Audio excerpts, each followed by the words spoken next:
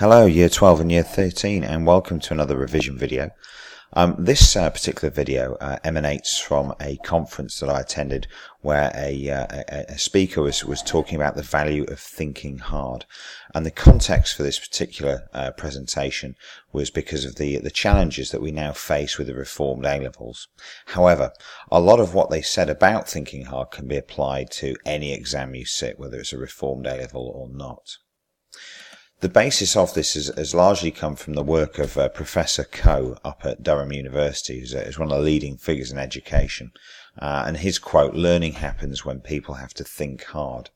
So ultimately, how do we think hard?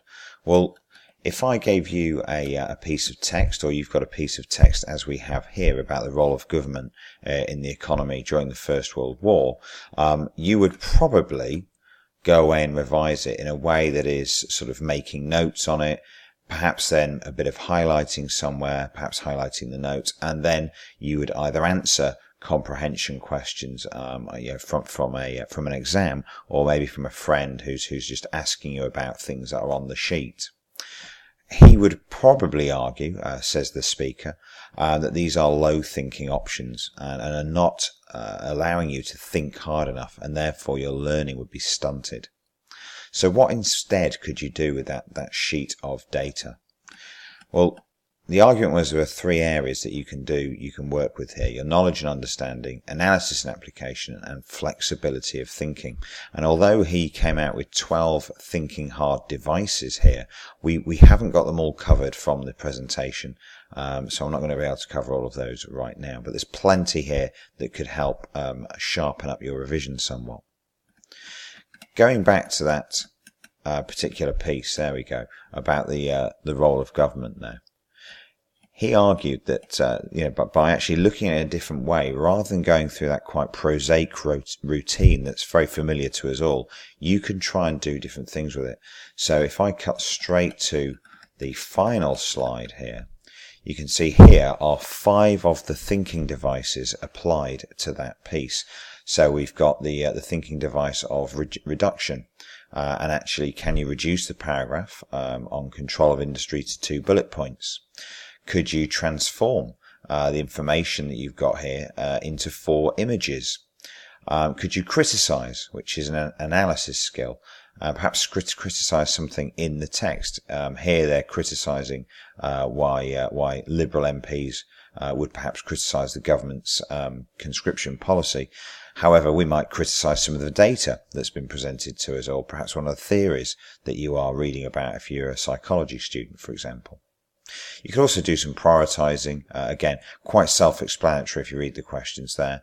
And in this case, in terms of flexibility of thinking, you could also do some extension work, and you could compare what you've learned here to perhaps a similar approach in a different country or at a different time, possibly, different interventions in the economy. It's a different way of approaching your revision, but the challenge is here that you are making yourself think a lot harder about what you're particularly trying to revise, and that should then enable you to learn it far more effectively. You can also apply it to more scientific and mathematical problems as well. And again, the classic approach here would just be to get a load of questions and answer them, but actually encourage yourself to think harder about what's in front of you. Could you make a flow chart to show the steps required to complete question 4? Could you prioritize them? What are the 2 most difficult questions? Why are they so hard? Answer the most difficult. Could you perhaps write your own exam question and mark scheme for this topic? It's all encouraging you to think harder again here, with a very, very different piece of material, but the method is rather similar. There is a little bit more there on different subjects. There's a little bit on an English literature piece, and a little bit more maths behind that sheet as well. This slide is quite useful because it's full of quick win strategies, and they are the ones that you've already seen in the history piece of paper that I showed you previously about war and government's role in that in the economy.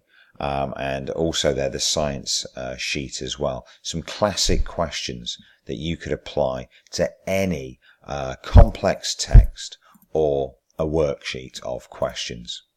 Why not try some of those today? If I scroll down to the very bottom of this particular set of slides, there are even more questions and pointers that, again, you could apply to almost any of the situations or any of the pieces that you're trying to revise. So there's some questions that unlock thinking over here. Again, quite prosaic questions that you could apply. There are also some process-based questions over here as well. Again, quite generic and therefore quite easy to apply to your own revision. And also some more ways in which you could revise involving others over here too. Hopefully they're quite straightforward to follow. The other thing that this presenter talked about was not just the 12 thinking hard devices, but also some reading strategies. And of course, reading will be a large part of your revision at some point. If I take you up here, the 2 key strategies that they said was to improve retention. Then you should ask yourself why. After every sentence, maybe every paragraph or every section that you've read, why do you think that's true that you've just read? Why might it not be true? But always asking why, not just reading it and eventually glazing over. We've all been there. Keep asking yourself why. If you've got a lengthier text, then perhaps a hierarchical diagram is a good way of reading it and engaging with it regularly. So again, you've got the overall chapter, and as you've read through the main idea, you can then break it down into specific details, move on to the second main idea, 3 more specific details, and so on and so forth to get a general idea. It just helps you to engage with whatever you are reading, and therefore, again, help you to learn more effectively.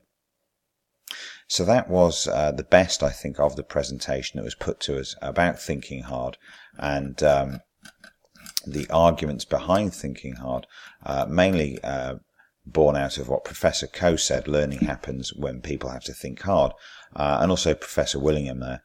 Memory is the residue of thought, so it's all about encouraging that thought, and you shall learn and remember. Good luck.